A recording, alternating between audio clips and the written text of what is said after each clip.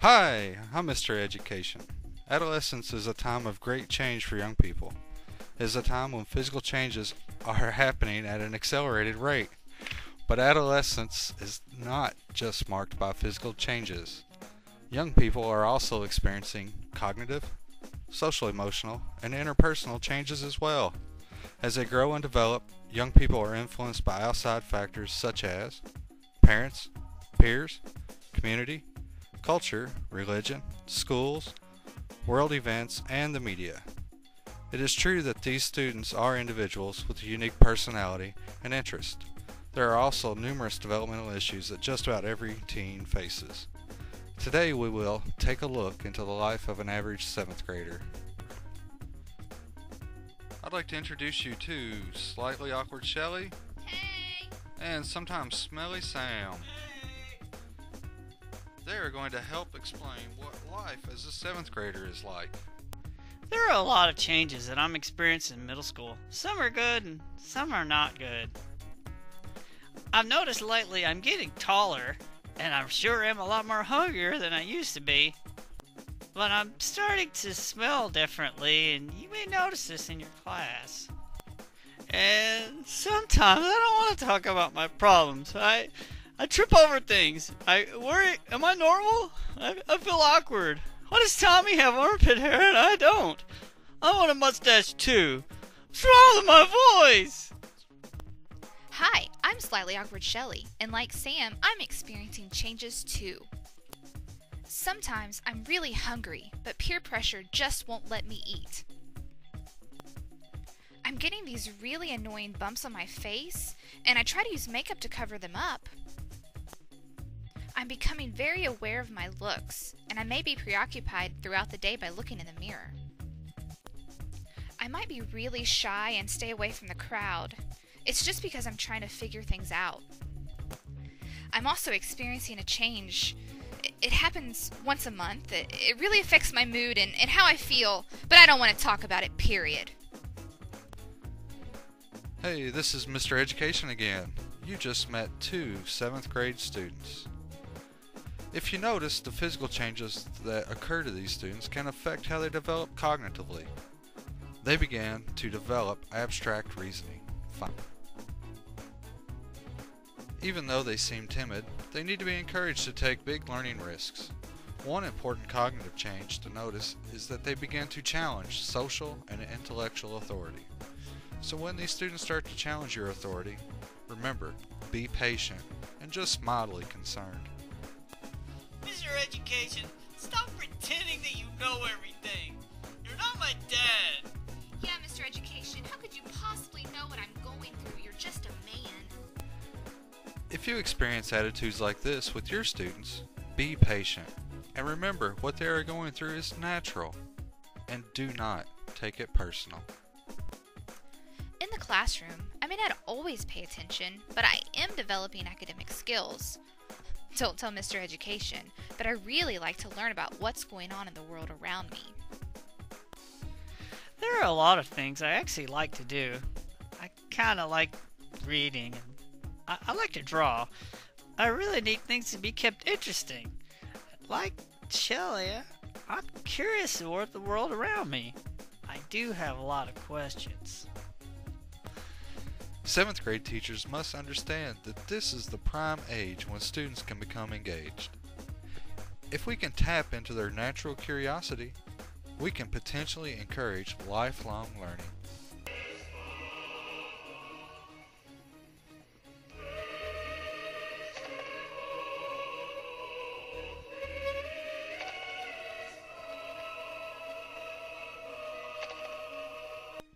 What are you talking about, lifelong learning? What's next? Valley's 5 types of reflection? We want to talk about us. Now, students, please allow me to finish. Let's focus on your social and emotional development. This is a time when these students are moving towards independence and not relying on family to determine the path they will take in life. They begin to use speech to express ideas and form close friendships. These students begin to look to others to love in addition to their parents. But remember, when your students become stressed, they will act childish. 7th graders will begin to form cliques or peer groups that influence their interests and appearances, which can become quite interesting. Soccer's awesome! I really like being part of a team. It makes me feel like I'm included. I'm starting to set realistic goals for myself. Mom doesn't like that my room's always messy, but I always look real nice. I'm really struggling with inner confidence and need to be reminded that I'm doing well. Even though I don't show much interest in class, I have a lot of physical energy. I really like to do stuff. One of the things I like to do best is play practical jokes. Even though I may be a pain in your class, I really do have a lot of skills on my computer, my Xbox, and my iPad. Don't forget my cell phone, because sometimes I bring that to class too, and you don't like it when I use that. My emotions are a wreck. I have wide mood swings and I cry all the time and I just can't keep it together.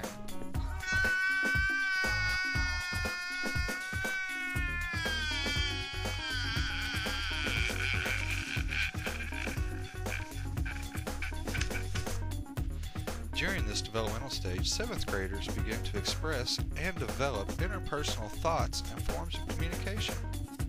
You will notice that they give one-word answers and begin to use rude street language or slang. One interpersonal aspect that can try your patience as a teacher is sarcasm. Remember, this is just the hormones talking, and it will pass.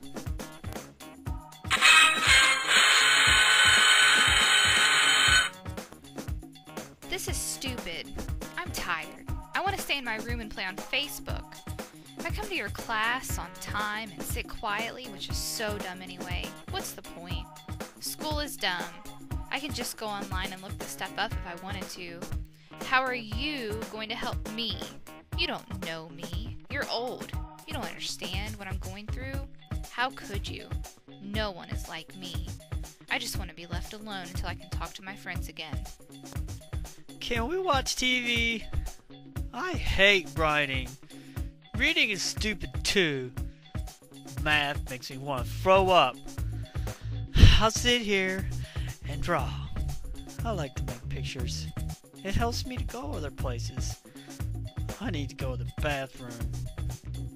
Shelly makes me feel weird. I like her eyes.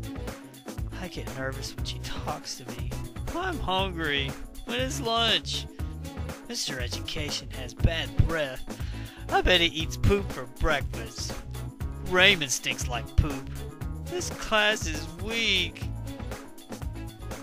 Why do we have to be here? We may be gross or weird, but we still have an opinion. Will you help us find our voice? Even though these students express themselves differently than our contemporaries, who are they on the inside? Remember to nurture a positive relationship with your students. Listen to what they have to say and encourage independent thought. Middle school is one of the most trying periods in a person's life. To help our students transition into the next phase, we as teachers must believe our students can succeed. By being a socially just teacher, we can help Shelly feel less awkward and Sam to understand why he's called Stinky.